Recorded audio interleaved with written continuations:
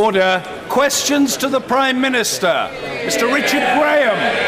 Number one, sir. Thank you, Mr. Speaker. Mr. Speaker, I'm sure the whole House will join me in wishing Major Tim Peake well as he begins his 6-month stay at the International Space Station. We all watched his exciting takeoff yesterday, and as the first Briton to visit the International Space Station, it signals a landmark in this country's involvement in space exploration, and I'm proud that the government took the decision to fund it. We wish him the best of luck. Mr. Speaker, this morning I had meetings with ministerial colleagues and others, and in addition to my duties in this House, I shall have further such meetings later today. Mr. Richard Graham. Can I welcome today's fall in unemployment to 5.2%, the lowest in almost 10 years. Mr. Speaker, stalking is a horrible crime. Dr. Ellen Aston, a GP in Gloucester, resident in Cheltenham, was harassed for several years by a stalker who slashed her tyres, hacked her water pipe, cut off her gas supply and put foul items in her letterbox. She and her family suffered dreadfully.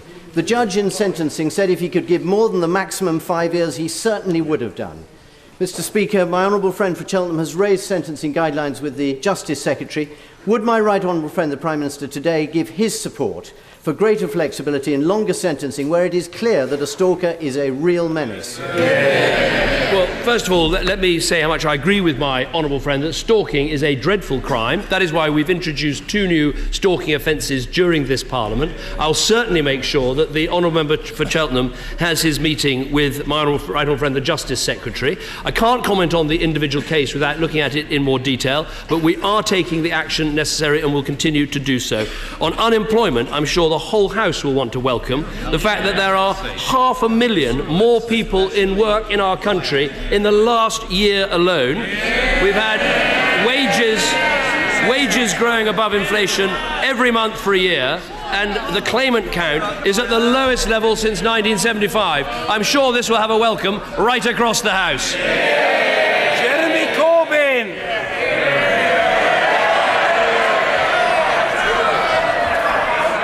Thank you, Mr. Speaker. Could I start by wishing you, all members of the House and all staff here, and Major Tim Peake, who's not on the planet at this time,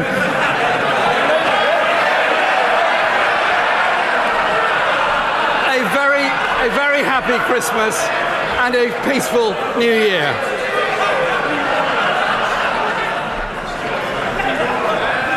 Thank you, Mr. Speaker.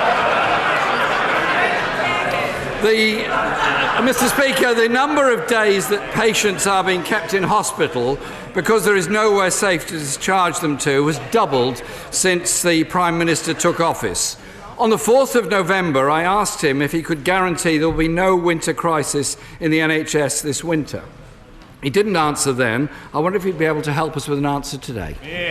Well, first of all, let me join the right honourable gentleman and be very clear that I don't want to wish him the season's greetings. I want a full happy Christmas for the right honourable gentleman and everyone in the House.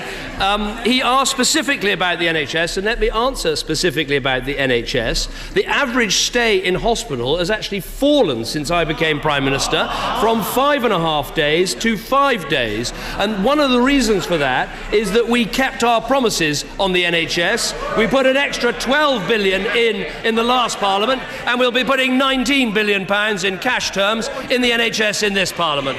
Jeremy Corbyn. Mr. Speaker, just for the record, I did say Happy Christmas. But maybe the Prime Minister wasn't listening at the time. If he's so happy, Mr. Speaker, about the National Health Service, could he explain then why he's decided to cancel the publication of NHS performance data this winter? And there was a time when the Prime Minister was all in favour of transparency, and it's not that long ago. In fact, it was 2011 when he said, and I quote, "Information is power. It lets people hold the powerful to account, giving them the tools they need to take on politicians and bureaucrats." Is it because the number of people being kept waiting on trolleys in A&E has gone up more than fourfold that he doesn't want to publish these statistics? Well, first of all, the data that he quoted in his first question was not published before this government came to office. That's right. And let me quote him some data about the NHS. Let me just take an average day today compared with 5 years ago when I became Prime Minister. On an average day in the NHS today, there are 4,400 more operations. There are 21,000 more outpatient appointments. Yes, there are challenges in A&E, but there are 2,100 more people seen within 4 hours today than 5 years ago. And there is more data published in our NHS than there ever was under Labour. Mr. Speaker, there are huge pressures on the NHS, and they are largely due to the pressures on the adult social care system, which is under enormous stress at the moment. It indeed has been huge cuts in adult social care because of cuts in local government funding. The NHS Chief Executive, Simon Stevens, has called for a radical upgrade in prevention and public health. So would the Prime Minister agree with me that cutting these crucial services is indeed a false economy? Well, first of all, we're increasing the money that is able to go into social care by having the 2% precept on the council tax so that local councils can spend more. But I noticed that the Right Honourable Gentleman mentions Simon Stevens. Our NHS plan is Simon Stevens' plan. The NHS, for the first time, got together and wrote their plan. They asked us for £8 billion. They asked for the money up front. We committed to that plan, unlike Labour at the last election, and we funded it up front. And that's why we see a bigger, better NHS. But none of this would be possible, including the action on social care that we're taking with the Better Care Fund. None of this would be possible without the growing economy that we have and the more jobs we've created. Mr. Speaker, the problem is to do with adult social care. This morning, the NHS Confederation said on BBC Radio 4, and I quote, "Cuts to social care and public health will continue to pile more pressure on hospital and will worsen deficits in the acute sector. What was announced on the social care in the autumn statement falls well short of what's needed. The Health Foundation estimates a funding shortfall of £6 billion will be in place by 2020. How is the government planning to meet that shortfall? Well, I'm glad the Right Honourable Gentleman listens to the Today programme. He might bother to go on it one of these days. That would be a bit of transparency, a bit of sunlight would be very welcome. If he wants to swap quotations, this is what the chairman of the Local Government Association says. The Local Government Association has long called for further flexibility in the setting of council tax, and today's announcement will go some way to allowing a number of councils to raise the money needed. £1.5 billion more increase in the Better Care Fund announced today is good news. It's this government that funded the NHS. They didn't. It's this government that set up the Better Care Fund. They opposed it. It's this government that has the strong and growing economy. And I note, question 4, and still not a welcome for the unemployment figures. Mr. Speaker, the issue of adult social care and cuts in local government spending are very much the responsibility of central government. Can he confirm that NHS trusts are forecasting a deficit of £2.2 billion this year? And indeed, I understand, and the Prime Minister, as part of the Oxford anti-austerity movement, will be concerned about this, that his own local healthcare trust is predicting a £1.7 million deficit. There is a problem of NHS funding. Has he forgotten the simple maxim that prevention is cheaper and better than cure? How can he possibly complain about NHS funding when his party didn't commit to fund the Stevens plan? That we are spending £19 billion more on the NHS, money that wouldn't be available if we'd listened to the Labour Party. Now he says that social care is a responsibility of government. Everything is a responsibility of government, but in fact it is local councils that decide how much to spend on social care, and with the Better Care Fund they have more to spend. But I challenge him again. How do we pay for the NHS? We pay for it by more growth, more jobs, more people having a livelihood. Is he going to welcome that at Christmas time, or doesn't he care about the reduction in unemployment?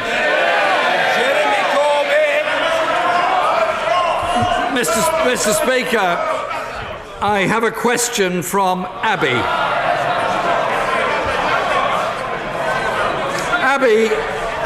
Abby wants to train to be a midwife, and she says, I'm 28 years old. This year I left my successful career to go back into university to retrain as a midwife. I already have a debt of $25,000 from my first degree. Well over half of my cohort have studied a first degree in another subject, and many of my fellow colleagues have children and partners with elderly parents and mortgages. Many people will be put off by the lack of financial support and massive debts. In the spirit of Christmas, will the Prime Minister have a word with his friend the Chancellor, who's sitting next to him, it can be done very quickly, to reverse the cuts in the nurse bursary scheme so that we do get people like Abby training to be midwives, which will help all of us in the future? Well, first of all, I want Abby to train as a midwife, and I can guarantee that the funding will be there for her training, because there are thousands more midwives operating in the NHS today than when I became Prime Minister. Now, he mentions the question of nurse bursaries, and the truth is today, 2 out of 3 people who want to become nurses can't do that because of the constraints on the system. And our new system will mean many more doctors, many more nurses. Already we've got 10,000 more doctors in the NHS since I became Prime Minister, and 4,500 more nurses. But all of this is happening, Mr. Speaker, because the economy is growing, because the deficit is falling, unemployment is coming down. You can fill up a tank of gas at less than £1 a litre. Wages are going up. Britain is getting stronger as we go into Christmas because our economy is getting stronger too.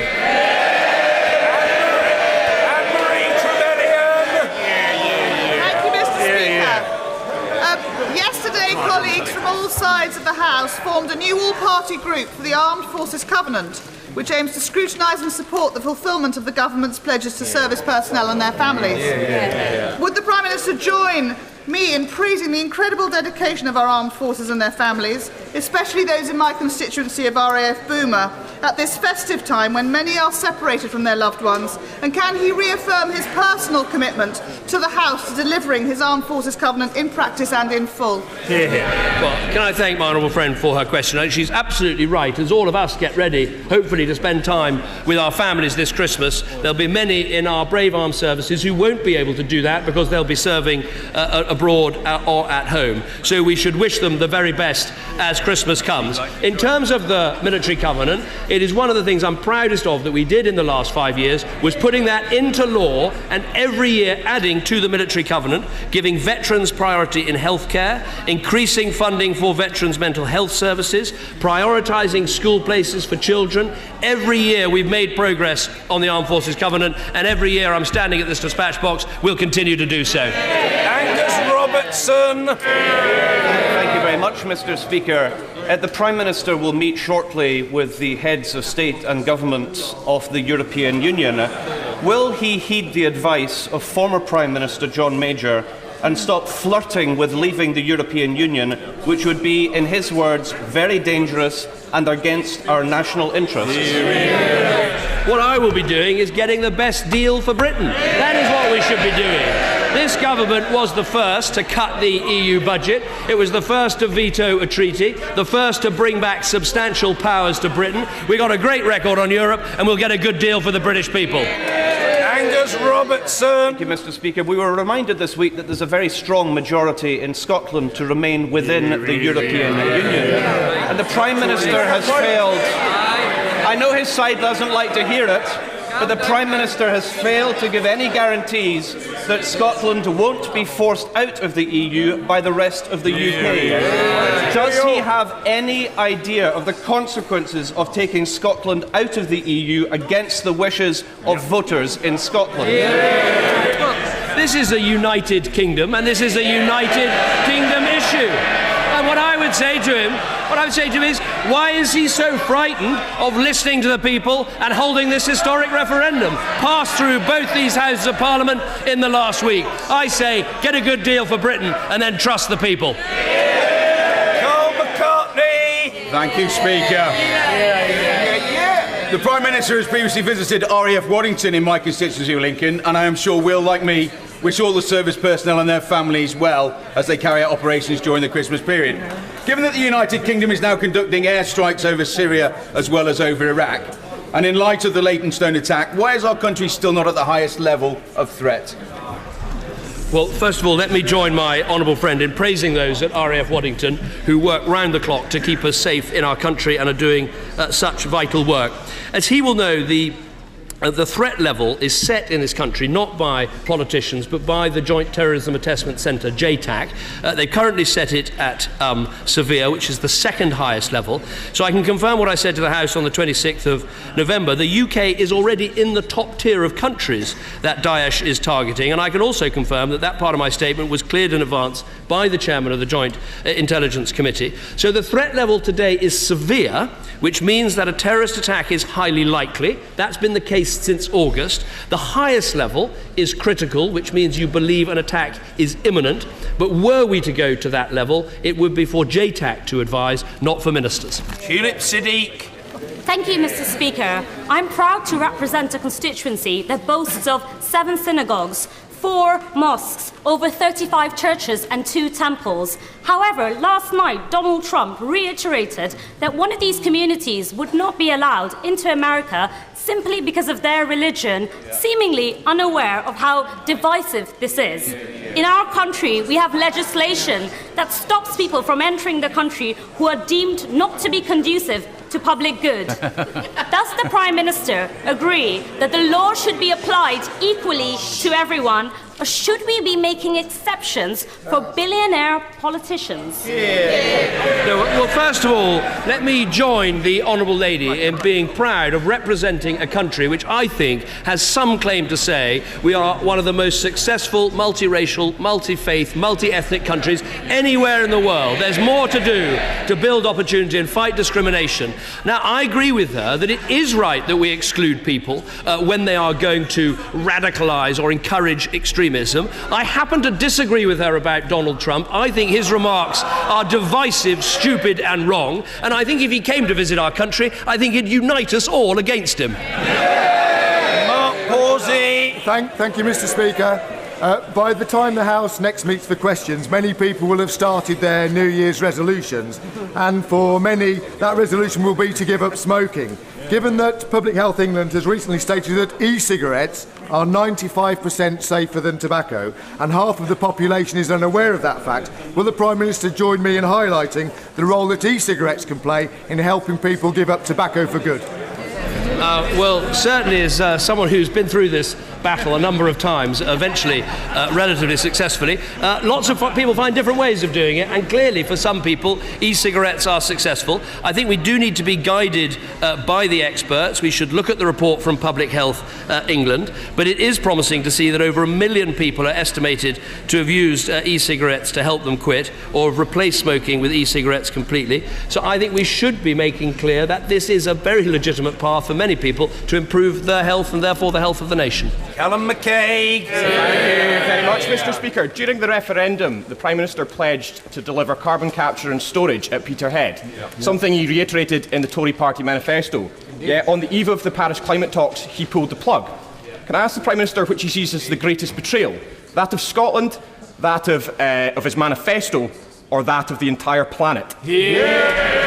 Of course, the greatest success is the Paris climate change talks, and I want to take this opportunity to pay tribute to the Secretary of State, who was one of the key negotiators who helped to deliver this global goal, which is so much better than what happened at Copenhagen, and better even than happened at Kyoto. Now, let me answer him directly on carbon capture and storage. In government, you have to make tough choices. You have to make decisions about technology that works and technology that isn't working. And we are spending the money on innovation, on energy storage, on small nuclear reactors, on other things, on energy heat systems for local communities that will make a difference. To govern is to choose, and we made the right choice. Nigel Adams. Thank you, Mr. Speaker.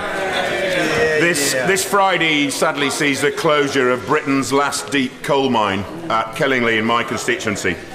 Will my right honourable friend, the Prime Minister, join me in thanking the hundreds of workers who will be working their last shift this Friday, and also praise the thousands of workers whose bravery and hard graft over the last 50 years has helped warm our homes, power our factory and keep our lights on. No, well, I think my honourable friend speaks very strongly for his constituents, and I'm very happy to join him in thanking people who've worked so hard at that mine and elsewhere. And obviously it is a difficult time, and as part of the closure process, the government has put nearly £18 million to ensure that the workers receive the same package as the miners at recently closed Thorsby. And that finance has allowed the mine to keep on. It's all very well. Honourable members opposite shouting. Can I just tell them something, right?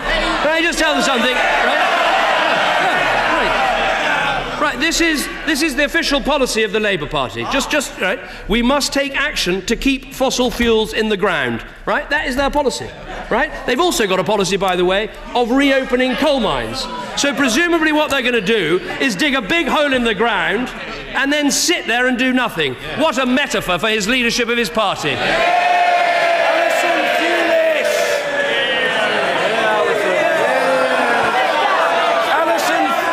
Alison Thewlis.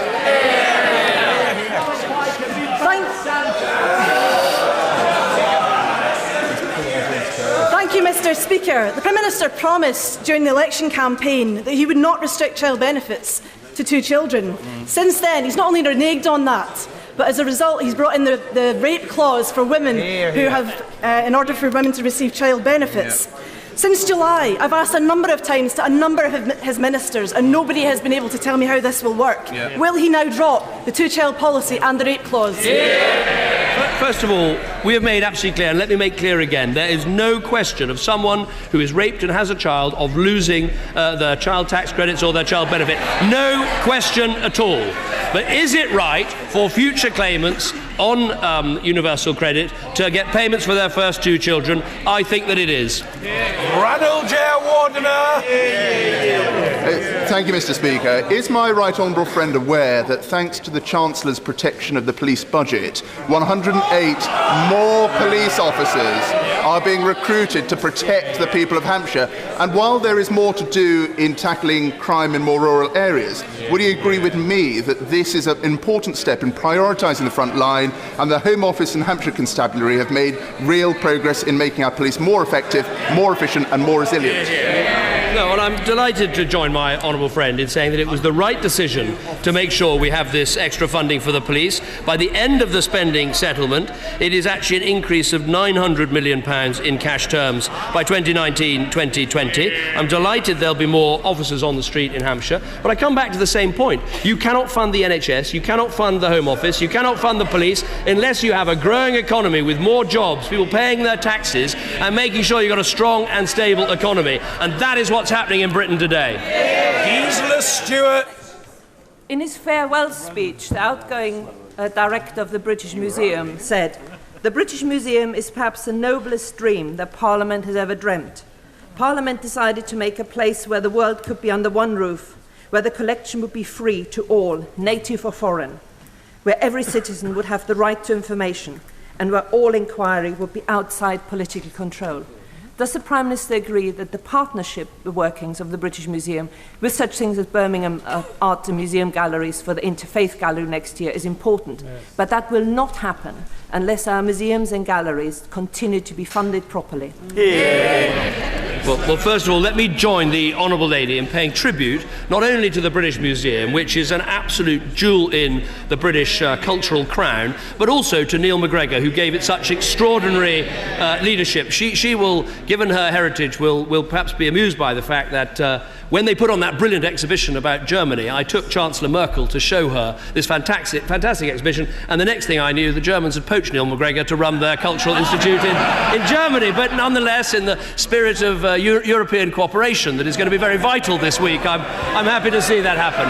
But I do want to see the British Museum complete all of its partnerships, not just across the United Kingdom, but also internationally. And she will have seen that in the autumn statement, the British Museums got a funding settlement with which they were rightly very pleased. Fiona Bruce. According to Oxfam, the UK has donated a generous 229% of its fair share of aid in support of Syrian refugees, the highest percentage of the G8. Yet worldwide, only 44% of what is needed by those refugees has been donated. Does the Prime Minister agree it's critical that other countries step up to the plate, as the UK has more than done? And would he update the House on progress in support of Syrian refugees? Well, first of all, can I say how much I agree with my honourable friend? Britain is doing its moral duty in terms of funding the refugees and the refugee camps. We're going to hold this conference in February, bringing the world together to make sure there's more funding in future, and that's going to be absolutely vital. In terms of the number of refugees that we've resettled, I made a promise that we would resettle 1,000 by Christmas, and I can confirm today that we've met our commitment to resettle 1,000 refugees by Christmas. The charter flights that arrived yesterday at Stansted and Belfast mean that over 1,000 have been settled. Another charter flight is coming today. The government has provided funding so that all these refugees get housing, get healthcare, get education, and I want to thank all the local authorities and all those who've worked so hard, including my honourable friend, the member for Watford, who has led this process so ably, because I said that Britain would do its duty, and with these 1,000 we've made a very good start. Douglas Carswell. 3 years ago, the Prime Minister couldn't have been any clearer. His EU renegotiation would mean returning control over social and employment law. Is he still seeking that?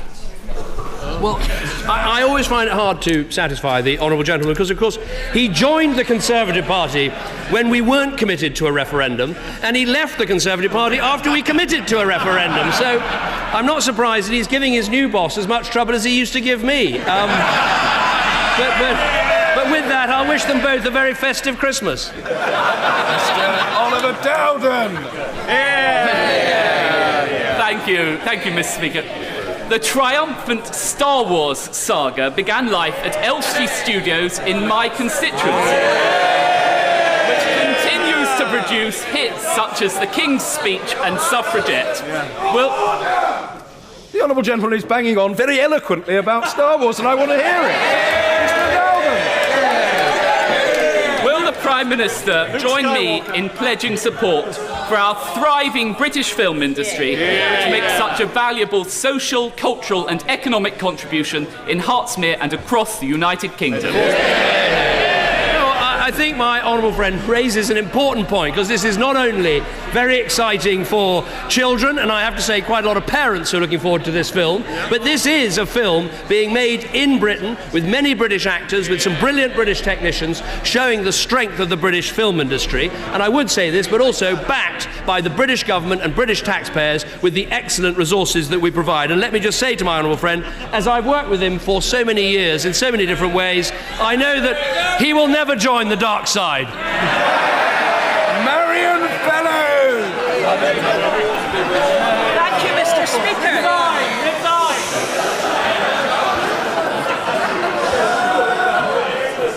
Despite the ongoing efforts of the Scottish Steel Task Force, my constituents at the Dalziel Steel Plant and the neighbouring Clyde Bridge Works are starting to receive redundancy notices. Given the urgency of the situation, will the Prime Minister put pressure on the EU now to reach a quicker decision on permitting the EII compensation scheme, and if this permission is granted, will he also commit to implement this scheme as soon as possible to provide much needed breathing space for our steel sector and to give some hope for my constituents this Christmas? I think the honourable lady is absolutely right to raise this. We are working as hard as we can in Europe to try and get the energy-intensive industries plan cleared, and I can confirm to her that as soon as it is cleared, the money will be available for the British steel-making companies. We expect this to be in place no later than April 2017, but it should be much earlier than that, and we're working around the clock to try and get that done. Nicola Blackwood. Mr. Speaker, the tragic stabbing in Abingdon Poundland last week has shocked local residents. I'm sure the whole House will want to join me in sending our condolences to the family of father of two, Justin Skrybowski, who was killed in the attack, and to honour the bravery of those who overpowered the attacker with no thought of risk to themselves. But in the light of this attack, does the Prime Minister agree it is now time for the government and retailers to work together to make it more difficult for offenders to get hold of offensive weapons in the first place? No, well, as my honourable friend's constituency neighbour, I was very shocked by what happened in Abingdon, and my heart goes out to the family of those who've suffered. I think she's right to ask the question about offensive weapons and how available they are, and I'm very happy to look at that. I also think with that attack and also the Leytonstone attack, although unrelated, it is right also to look at the resources that our police have in terms of the equipment they have. There's a very different usage pattern for tasers, for instance, across the country, and this is something the Home Secretary and the Metropolitan Police and I are discussing. Danny Kinahan. Thank you very much. Prime Minister, there's nothing I believe more passionately than in the Union, and yet with Scottish nationalism, English votes for English laws, various powerhouses and city deals, and the creation of numerous other measures that may threaten a union. What is the Prime Minister's vision for that union and for holding the four countries together? And would he please come and speak to the union all-party group at some stage in the future, but even more importantly, would he help with a campaign throughout the union, because we're better together? The honourable gentleman, I'm passionate about our United Kingdom, and I believe we can make it stronger by accepting that it is a partnership of nations, and a partnership of nations where we should treat each other with respect. I don't want to listen to the SNP. They don't want a partnership, they want a separation. But actually, one of the things that is so strong about the United Kingdom, and that I think other countries frankly are quite jealous of, is we've demonstrated that you can have multiple identities. You can be proud of being an Ulsterman and a Brit. You can be proud of being a Hindu and a Scot. You can be proud of being both Welsh and British. We've solved one of the problems that the rest of the world is grappling with, and that's why we should keep our United Kingdom together. Sir Gerald Howarth. Mr. Speaker, as we approach the festival marking the birth of Jesus Christ... Order. There was some notably eccentric gesticulation taking place from you, Mr. McNeill, but you should desist. Calm yourself, man. Go and celebrate if you wish, but we must hear the honourable gentleman, and he will be heard. Sir Gerald Howarth. Mr. Speaker, as we approach the festival marking the birth of Jesus Christ, may I invite the Prime Minister to send out a message of support to those millions of fellow Christians around the world who are suffering persecution. And may I also invite him once again to remind the British people that we are a country fashioned by our Christian heritage, and it is that heritage which has resulted in our giving refuge to so many of other faiths over so many centuries, but that we will not tolerate those who abuse our freedom to try to inflict their alien and violent fashions upon us, particularly in the name of Islam. Well, first of all, let me join him in saying that we should do everything we can to defend and protect the rights of Christians to practice their faith the world over, and that is an important part of our foreign policy. And let me commend also Justin Welby, the Archbishop of Canterbury, for the excellent work that he does on that basis. Look, I believe that, yes, Britain is a Christian country, and the fact that we have an established faith and we understand the faith, the place of faith in our national life, makes us a more tolerant nation and better able to accommodate other faith groups in our country. And that's why, as I said earlier in this session, I think we should be proud of the fact that this is one of the most successful multi-ethnic, multi-faith, multi-religion democracies anywhere in the world, and that is not in conflict with our status as a predominantly Christian country. I think it's one of the reasons why we've done it. Last but not least, Sue Hayman. Thank you, Mr. Speaker. Prime Minister, I know the Prime Minister is aware of the flooding that's taken place in my constituency and the damage to the town of Cockermouth. I've had a call from a constituent this morning to say insurance companies are refusing to pay or help my constituents until they have paid the excess in full. Does he agree with me this is absolutely outrageous? Some of these excesses are up to £10,000, and what can be done to ensure that they fulfil their obligations to my constituents? Well, she's absolutely right to raise this. First of all, the Minister for Government Policy, the Honourable Member, Right Honourable Member for West Dorset, has had meetings with the insurance companies to make sure that this sort of practice doesn't happen. That's the first point. The second thing is that we have announced putting money into the community funds that will form hardship funds to help people potentially who don't have insurance. And the third and vital thing is the establishment of Flood Re, which for the future will mean that all homes are able to get that insurance. That was a decision made by the last government, and we're putting it in place. Order.